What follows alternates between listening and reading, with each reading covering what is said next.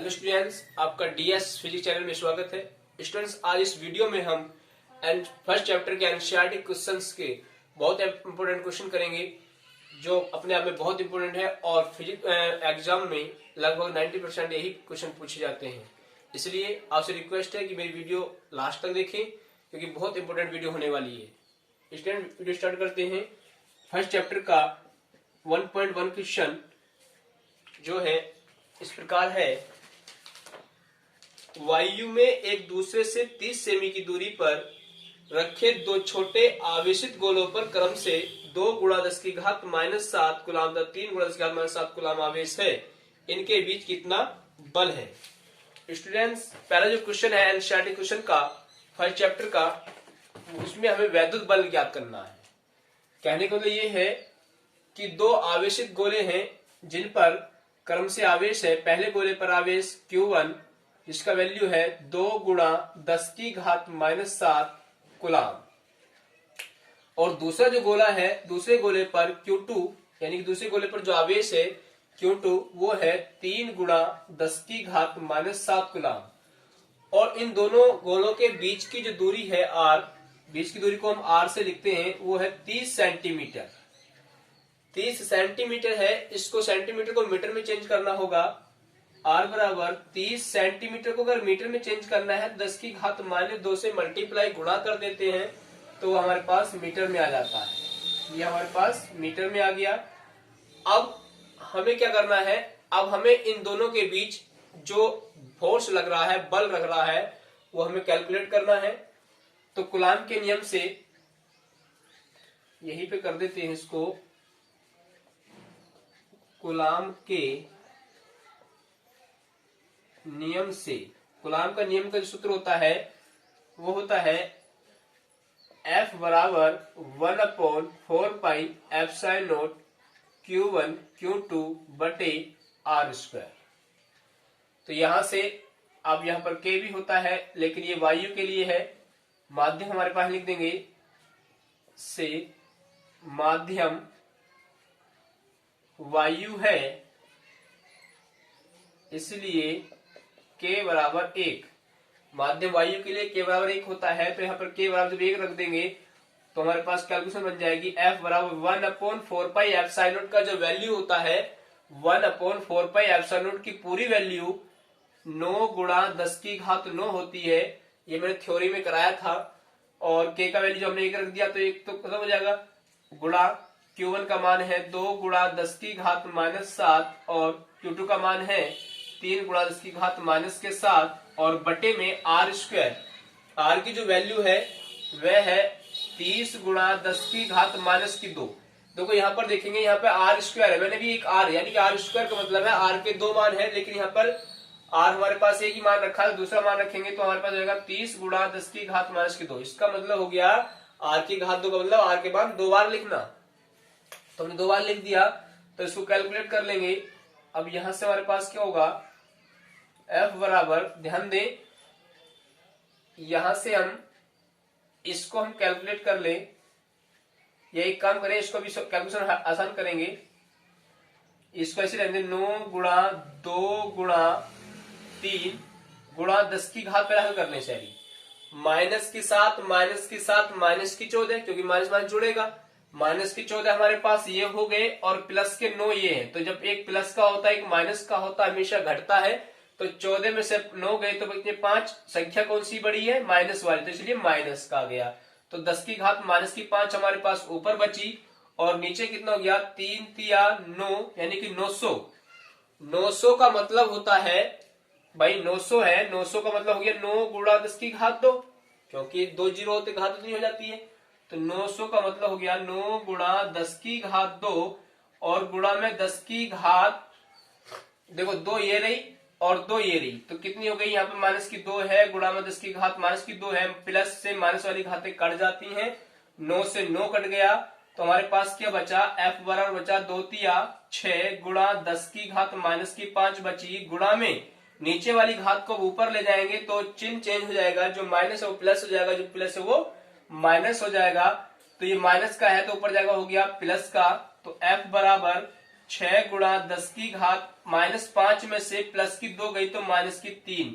तो ये हमारे पास न्यूटन यानी कि आवेश और वस्तुओं के बीच लगने वाला जो वैद्युत बल है वो F बराबर 6 गुणा 10 की घात -3 न्यूटन आंसर है। ये इतना बल लग रहा है। तो एनसीईआरटी क्वेश्चन का फर्स्ट चैप्टर का फर्स्ट क्वेश्चन जो आपके सामने है, उम्मीद करता हूं अच्छी तरह समझ में आया होगा। इसको आप नोट कर लें। दूसरा क्वेश्चन है, दूसरा क्वेश्चन करेंगे अब।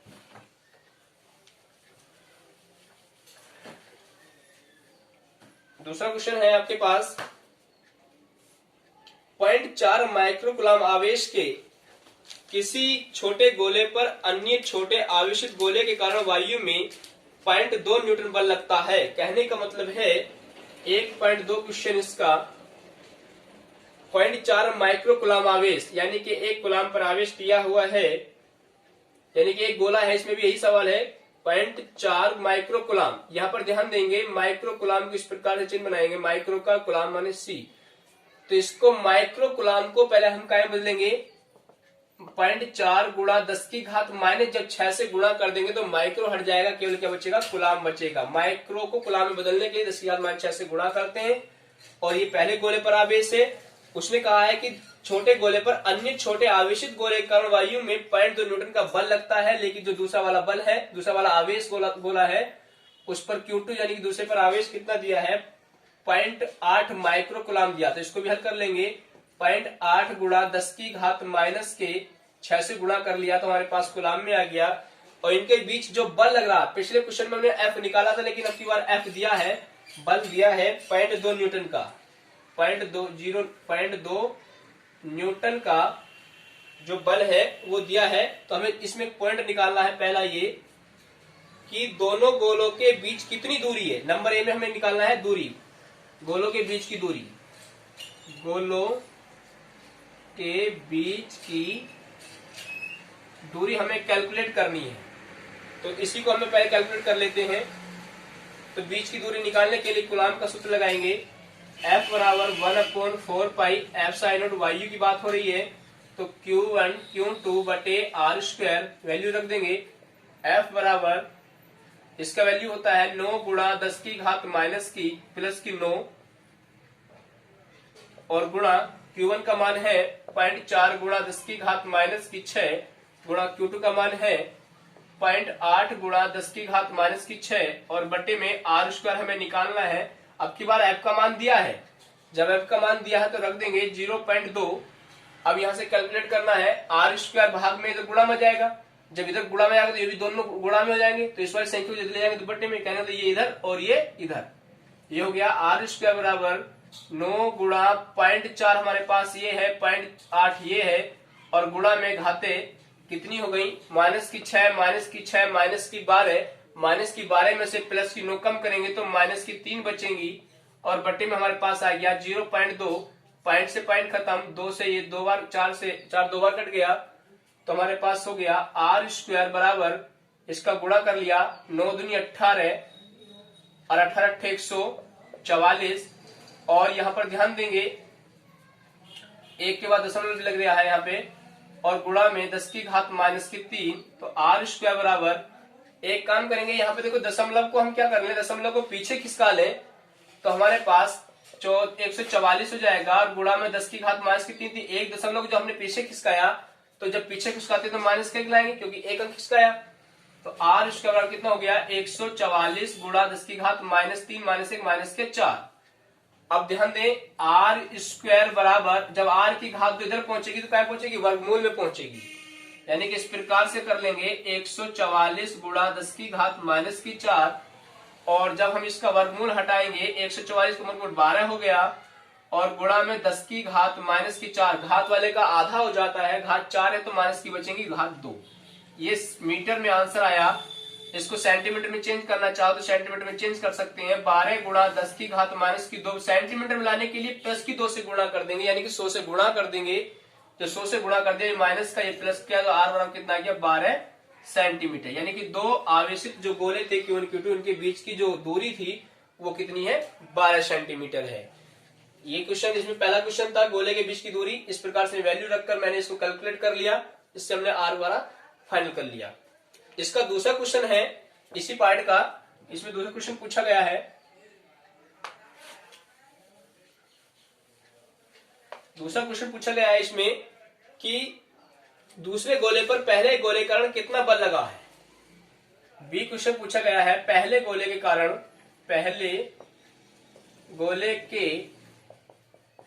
कारण दूसरे गोले पर बल, दूसरे गोले पर बल पूछा गया है कि पहले गोले के कारण दूसरे गोले पर, यानी कि पहला जो लग रहा है ये आपके पास लिखा था इसमें कि किसी छोटे गोले पर अन्य आवश्यक गोले के कारण वायु में बल लगता है, तो आपको क्या निकालना है, दूसरे गोले पर पहले गोले का, दूसरे गोले पर पहले गोले के कारण कितना बल लगेगा। तो ध्यान देना, जब दो आवेशित गोले एक निश्चित दूरी पर रखे हुए होते हैं तो उनके बीच जो बल लगता है वो बल आपस में बराबर होता है। इधर वाला जैसे मैं सपोज करूं ये बल है, एक वस्तु ये है, ये इस पर बल लगा रही है, उतना ही बल ये इस पर लगा रही है, इस पर Q1 आवेश है, इस पर Q2 आवेश है, बीच की दूरी जो R है। तो कहने का मतलब है जितना ये वस्तु इस पर बल लगाएगी उतना बल ये लगाएगी, पर अंतर होगा इतना कि विपरीत होगा, ये इसकी दिशा इधर होगी, इसकी दिशा इधर होगी। तो इसलिए यहाँ पर एक नियम आता है, न्यूटन का तृतीय नियम आता है, क्रिया प्रतिक्रिया का नियम। तो यहाँ से आंसर में कुछ नहीं करना है, यहाँ लिख देंगे क्रिया प्रतिक्रिया के नियम से, क्रिया प्रतिक्रिया के नियम से F12 बराबर F21। इसका मतलब है कि दूसरे के कारण पहले पर लगने वाला बल, और इसका मतलब है पहले के कारण दूसरे पर लगने वाला बल, तो ये हो गया। और इसका मतलब है दूसरे के कारण पहले पर लगने वाला बल आपस में कैसे होते हैं, बराबर। इसका मतलब हो गया कि दूसरे के कारण पहले पर लगने वाला बल, और इसका मतलब हो गया पहले के कारण दूसरे पर लगने वाला बल कैसा होता है, बराबर होता है। लेकिन वो क्या होते हैं, उनकी दिशाएं अलग होती हैं, एक बल इधर लगाता है तो दूसरा बल की दिशा इधर होती है। तो हमारे पास F12 बराबर, इसका वैल्यू कितना था, दूसरे पर कितना बल लग रहा था, 0.1 लग रहा था, तो इस पर भी कितना बल लगेगा, इतना ही, सॉरी 0.212 न्यूटन का बल लग रहा था। तो इस पर भी पहले वाले के कारण इस पर इतना बल लग रहा था, तो ये भी इतना ही बल लगेगा। तो इसलिए ध्यान रखेंगे कि दोनों आवेशित गोलों के बीच लगने वाला बल कैसा होता है, बराबर होता है, परंतु विपरीत प्रकृति का होता है, उनकी डायरेक्शन अलग अलग होती है, दिशा विपरीत होती है। इस वीडियो में इतना ही, अगली वीडियो में अगले क्वेश्चन लेकर आऊंगा। अगर ये आपसे एक रिक्वेस्ट है, अगर मेरा अब तक चैनल आपने सब्सक्राइब नहीं किया है तो प्लीज उसको सब्सक्राइब कर ले, लाइक करें और शेयर करें।